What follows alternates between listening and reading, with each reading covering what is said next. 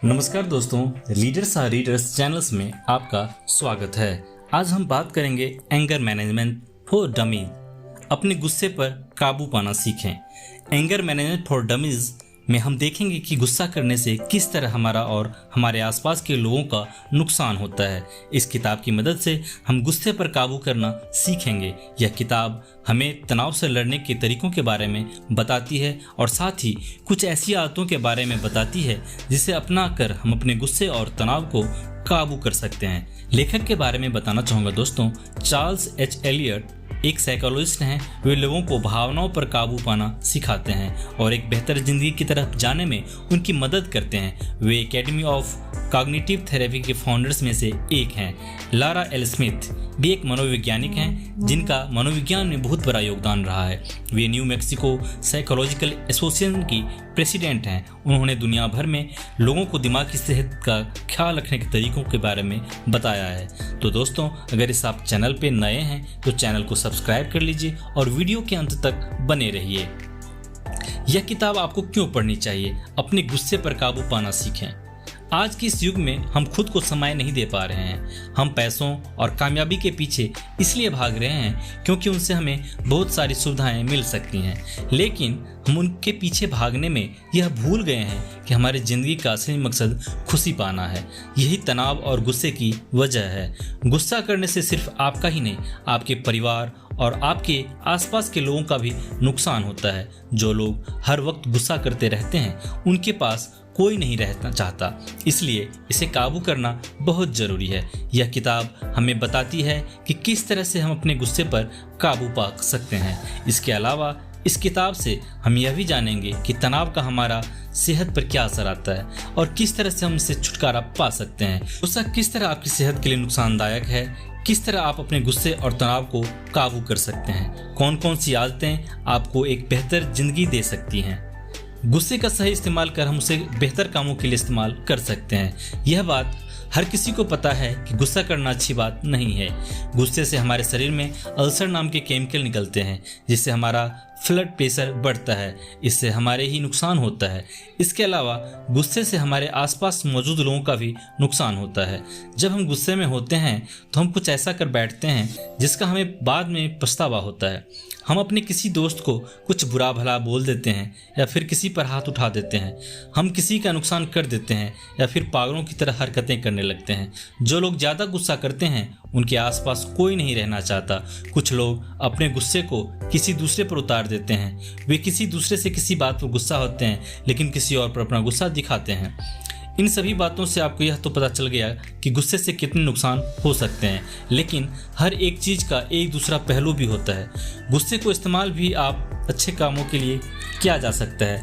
अगर कोई आपको बार बार परेशान कर रहा है और आप एक बार उसे डांट दें तो वो आपको परेशान नहीं करेगा।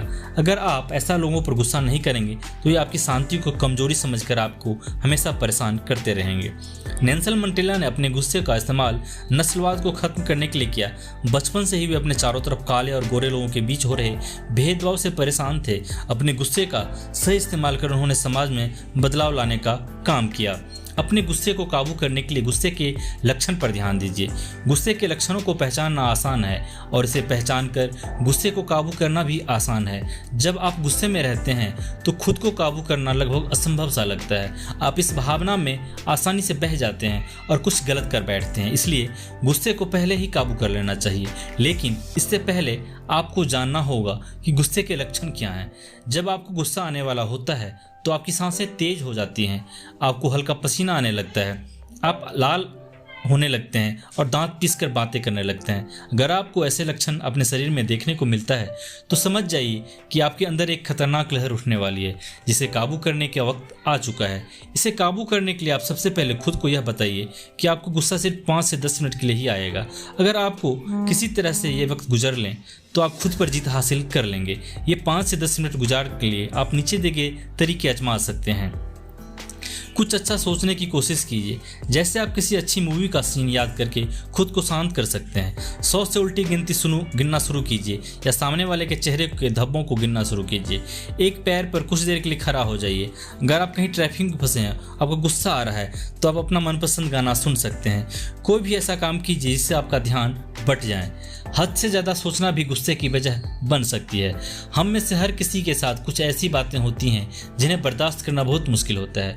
अगर हम उन्हें सुधारने के लिए कुछ नहीं कर पाते तो हमें और गुस्सा आने लगता है। ऐसी बातें में बार बार सोचकर हम अपने गुस्से को और बढ़ा देते हैं और फिर इस पर काबू करना मुश्किल हो जाता है। जब हम किसी ऐसी बात को बार बार सोचते हैं तो इसके साथ ही हमारे दिमाग में गुस्से को बढ़ाने वाली बहुत सी बातें आने लगती हैं। मान लीजिए कि आप कहीं ट्रैफिक में फंस गए, जिससे आप अपने काम के लिए देर हो गए। जब आप देर से पहुंचे तो आपको आपके बॉस की डांट खानी पड़ी। इसके बाद आप अगर इस बात को बार बार सोचेंगे तो आपका गुस्सा शाम तक बरकरार रहेगा। आप शाम को अपने परिवार वालों पर गुस्सा करेंगे और रात को सोते वक्त खुद से कहेंगे आज का दिन बहुत खराब था। इससे बचने के लिए आप रोजाना सुबह 10 मिनट इसे सोचने में लगा सकते हैं। आप सुबह उठकर सोचें कि बीते हुए दिन में आपके साथ क्या हुआ जिससे आपको गुस्सा आया। इस समय के अलावा अगर आपके दिमाग में कोई ऐसा ख्याल आए जिसे सोचकर आपको गुस्सा आ रहा हो तो आप उसे अगले दिन की सुबह सोचने के लिए टाल दीजिए। ऐसा करने से आप धीरे धीरे अपने इस ज़्यादा सोचने वाली आदत से छुटकारा पा सकते हैं। इसके अलावा आप यह भी सोच सकते हैं कि आप अपने गुस्से को एक गोली की तरह बंदूक में भरकर आसमान में फायर कर रहे हैं। इसके बाद यह सोचिए कि वो आपसे बहुत दूर जा रहा है और समय के साथ इतना दूर चला गया कि वो आपको दिखाई नहीं दे रहा। अपने गुस्से को काबू करना सिर्फ आपके हाथ में है। जब लोग आपके साथ अभद्रता से बात करते हैं तो ये नहीं दिखाते कि आप कौन हैं, वो ये देखते हैं कि कौन है। गुस्सा या अभद्रता करने वाला हमेशा अपनी असली रूप को दिखाता है। इसलिए अगर आपके साथ कुछ ऐसा हो तो आप शांत रहने की कोशिश कीजिए। सबसे पहले आपको यह समझना होगा कि एक हाथ से ताली नहीं बजती। जब कोई आपको परेशान कर रहा हो तो उससे बहस करना या फिर वहाँ से उठकर चले जाना आपके हाथ में है। अगर आप वहाँ से उठकर नहीं जाएंगे तो एक वक्त ऐसा जरूर आएगा जब आप अपने गुस्से पर काबू नहीं पा सकेंगे, अपना आपा खो देंगे। शांत रहने से बहुत सी बातें हल हो जाती हैं। इसलिए अगर आप किसी से बहस नहीं करना चाहते तो आप शांत रहिए। अगर वह कुछ ज़्यादा ही बहस करने के मूड में है तो आप उसके पास मत रहिए।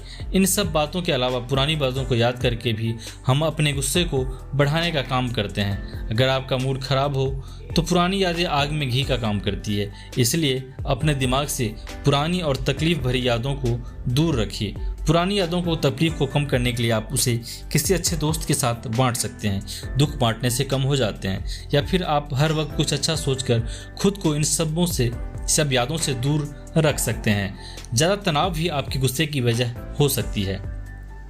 तनाव में रहना बिल्कुल भी सेहतमंद नहीं है। इससे जब आप परेशानी में नहीं रहते तो भी परेशानी के बारे में सोचकर परेशान रहते हैं। हर वक्त परेशान रहने से आपको ज़्यादा गुस्सा आने लगता है और आप बहुत आसानी से अपना आपा खो देते हैं। तनाव दो तरह के होते हैं, बड़े तनाव और छोटे तनाव।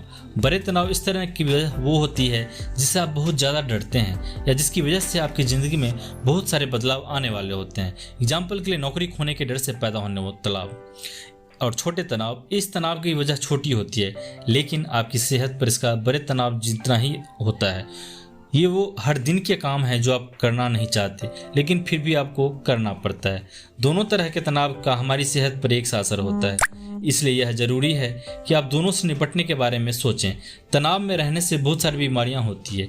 इससे आपका ब्लड प्रेशर बढ़ सकता है, आप डिप्रेशन में जा सकते हैं, आप लंबे समय तक रहने वाली बीमारियों को शिकार बन सकते हैं। बड़े तनाव से निपटने के लिए आपको खुद को यह समझाना होगा कि इनसे आपको सिर्फ इसलिए डर लग रहा है क्योंकि इनसे आपकी ज़िंदगी में बहुत से बदलाव आने वाले हैं। आपको खुद को समझना होगा कि एक नौकरी खो देने से आपकी ज़िंदगी खत्म नहीं हो सकती। आप आसानी से दूसरी नौकरी ढूंढ सकते हैं। तनाव से निपटने के लिए आप खुद उसके लिए अलग अलग हल ढूंढ सकते हैं। अगर आपको किसी काम के लिए तनाव है तो आप उस काम को करने के तरीके के बारे में सोचिए और फिर उस काम को पूरा करके अपने आप को तनाव से दूर कीजिए। हर रोज़ छोटे छोटे काम करके आप खुद को तनाव से दूर रख सकते हैं। अगर आप रात में अच्छे से नहीं सो रहे हैं तो यह आपके तनाव और गुस्से की वजह हो सकता है।